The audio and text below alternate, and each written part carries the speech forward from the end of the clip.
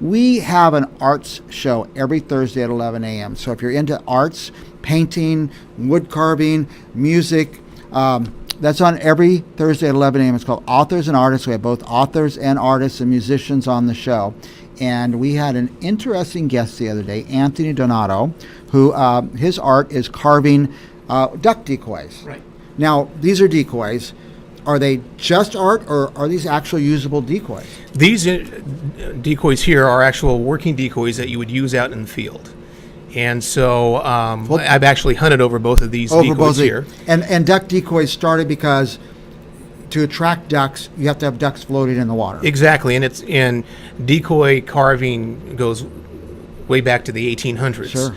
And I think a lot of the carved decoys then were done for the market hunters, and so they had to have something to attract the ducks and everything. So they. And a little background: where would somebody duck hunt around Fresno? Oh, there's big hunting here in the Central Valley because there's so much wetland in the west side of the valley. I started hunting at Mendota Wildlife Area, I was gonna say and then there's tons of private clubs south of 152 and north of 152 in the grasslands. I get a lot of invites to go to some clubs, and you get spoiled out there because you get a gravel paths to go out to the duck blind, and you get a barrel to sit in, whereas Mendota, you have to carry everything on your back. And that's why I didn't hunt over a lot of wood decoys when I was hunting at Mendota, because it gets so heavy because you have to walk miles and miles. Now, is it all a shotgun? You shoot yes. A shotgun? And is that, I guess I'm leading to, is that how you got into carving duck decoys? You're a duck hunter? Probably. When I was at a young age, my dad took me out duck hunting when I was just, 5, 6, 7 years old, and he would carry me out to the duck blind and kind of introduce me to the wildlife at that age. And I loved to hunt ever since. Loved waterfowl. And so at that age, I saw somebody that carved decoys and ended up wanting to do that, but never really did until later on in life. And then I thought, I've always wanted to carve decoys and never really knew how to do it. And so ended up meeting somebody that had some decoys from a world champion carver up in the North Fork area, Dennis Schroeder, who was a 2-time world champion. Wow. And he has books out and how-to videos and that sort, and made a lot of supplies. Some of the decoys up there. So you studied one that was done, or did somebody teach you? Actually, I went to the Sugar Pine Wood Carving Supplies and bought books and bought a bunch of carving tools. And then later on, Dennis Schroeder, I got to meet him at a carving show. And he invited me up to his shop, and he kind of showed me some ins and outs. And he's a champ. And so and he just kind of guided me. Then I found out there were carving shows to go to. Didn't know there were decoy competition carving shows. And what would you be carving this out of?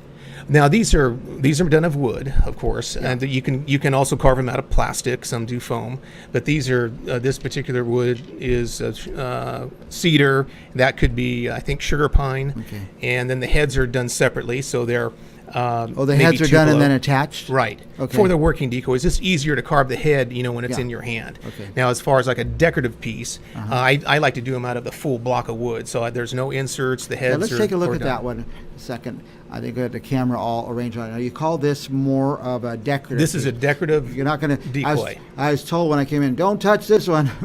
Well, you could touch it. It's just there's some fragile parts. Can you turn it so we can look up the backside of the tail? Sure. The detail is what is so incredible. It's all one solid piece. There's no one solid piece. Nothing cut and inserted in there. Not on this particular bird. And I asked you if there's some real feathers, and you said no. And that's kind of a compliment, because that's the goal, is to try to create something that looks so realistic. Feathers. And because I compete with these birds, and so you're trying to get as realistic as you can, down to the eyelids, to the nostrils, down to the fine feather splits and everything that you would put into a piece of wood. So you never put this in the water? Actually, this bird is a competition bird, and it was floated. And I think there was a picture there. Do you have to float them for the competition? Yes, they float them just like they're a real duck. Yeah, and I want to get to that part of it. So you started out, you're a duck hunter, you were fascinated with the decoys that people are carving, and you got into it, you studied it, bought some wood and some books, and next thing you know, you're carving them, and then you find out there's competitions. Right, and that's kind of how I got,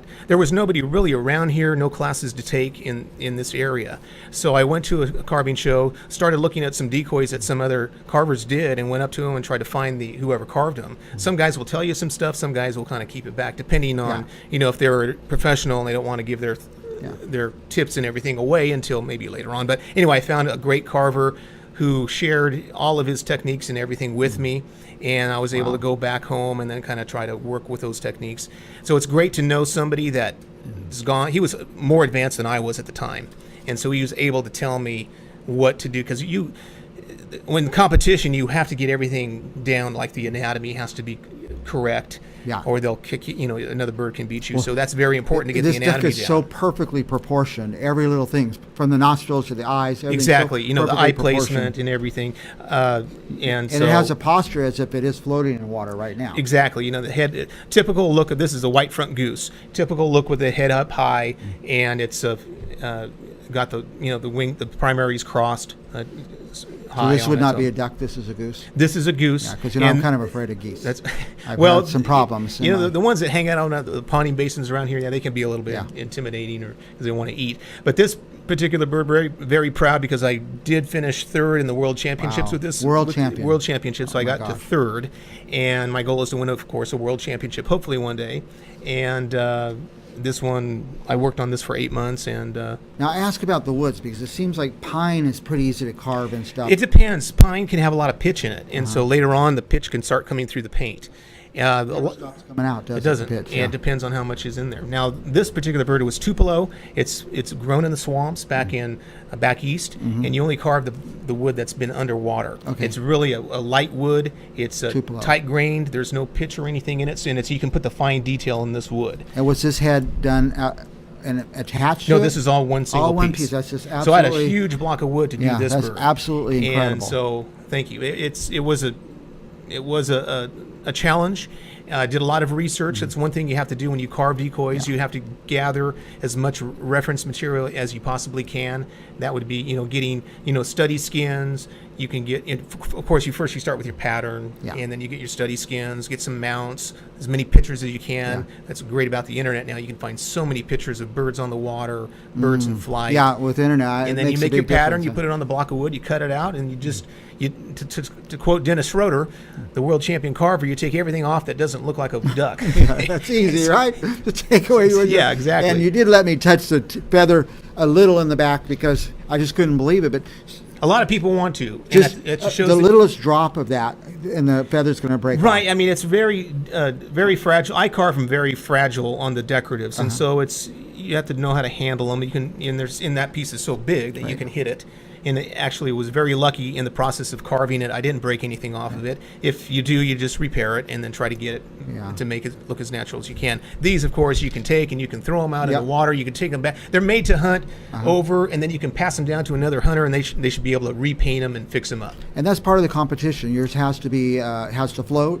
Has to float. Be a Some real competitions, decoy. They make you self-right them where you throw them out in the water. That's why this is a little heavy, so it will flip back over. When you're standing out in the marsh, you're throwing out the... But now the carving is one thing.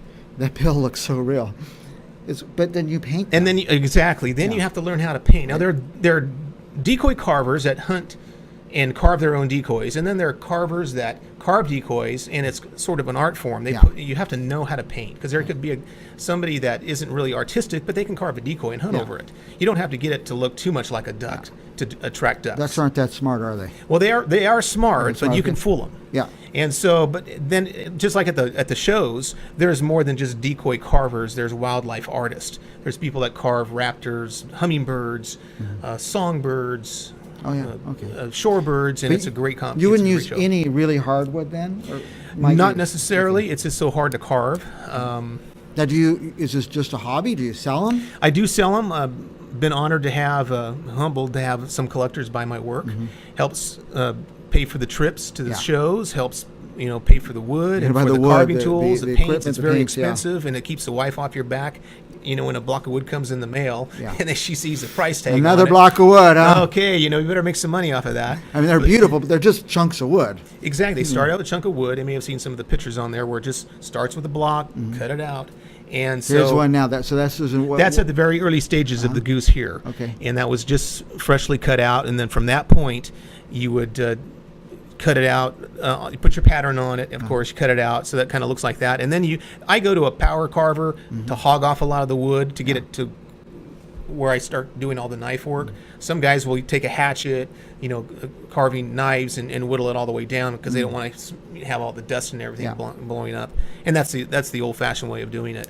But it's a great hobby, and it's a great art form.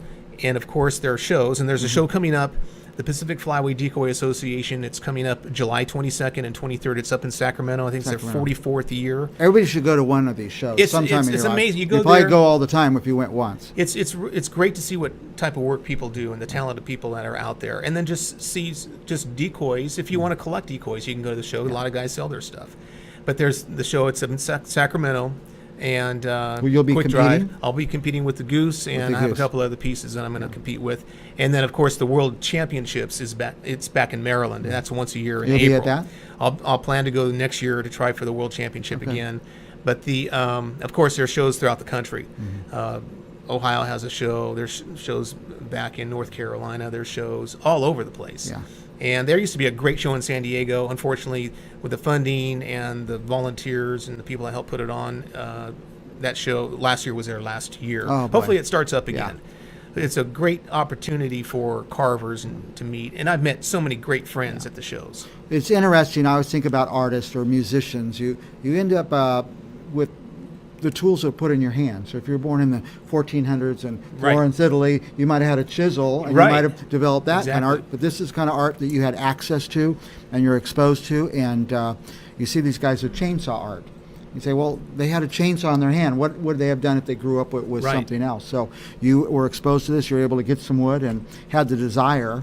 And there may be somebody out there that may want to carve a decoy. I do have a Facebook site, Lone Goose Decoys. I'll be willing to help anybody, start and keep this art form going, because it starts with the young people to get them introduced to it. Maybe later on in life, like me, we'll start carving and supporting the shows, or just doing it as an art, or to hunt over. I mean, if somebody wants to hunt over their own rig. And do you do any hunting now? I do. It's not a lot. Spend a lot of time carving. Yeah, I can imagine it takes all your time. And so I do get to go out, because there's nothing better than to hunt a rig of decoys and take them out or carve a rig of decoys, hunt over them, and call the birds in, and with what you created. With what you created. Your art actually does what it's supposed to do.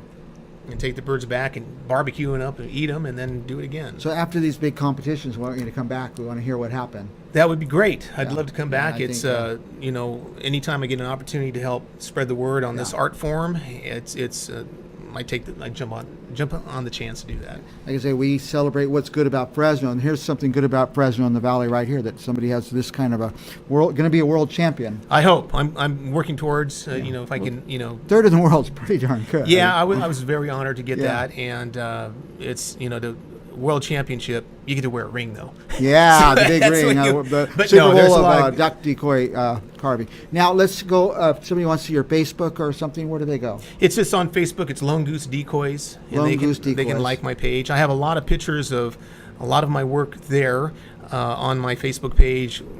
Just some very interesting photos of the burning techniques of the decoratives to just the hollowing of a decoy on the gunning birds, and also information on just pictures of when I started carving decoys, some of my early stuff. Yeah, and that'd be interesting to see. Yeah, it's neat to have that free space out there on the internet. Yeah, I know.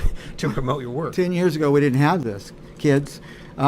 So, Lone Decoys? Lone Goose Decoys. Lone Goose Decoys. Go to Facebook, type Lone Goose Decoys, and you'll find. And that's it's kind of has a little bit of meaning to that, because that was the duck club that my dad took me out when I was growing up, out on the right after Kerman. It was called the Lone Goose. The Lone Goose. And so it's still standing there. It's not hunted, but it's still there. But I call my decoys Lone Goose Decoys. Lone Goose. Anything you want to add before we're out of time? Well, just that I appreciate you having me on here to show you some of my work. And there are a lot of great carvers out there that do fantastic work just like this. And if you do get an opportunity to go to one of these shows, or go to the website of the Ward Foundation, they have some excellent pictures of years past World Championship shows. And you can see carvings of world champion carvers. They all meet there at that one particular show, and you get to see their work, and they just have amazing to see what type of work people will do out of a block of wood. Out of a block of wood. So it takes a lot of imagination and will and desire. Right. And got to have a lot of patience. And it's great when you get an outcome like this. So we will be back with more Mike and Athena Live right after these messages.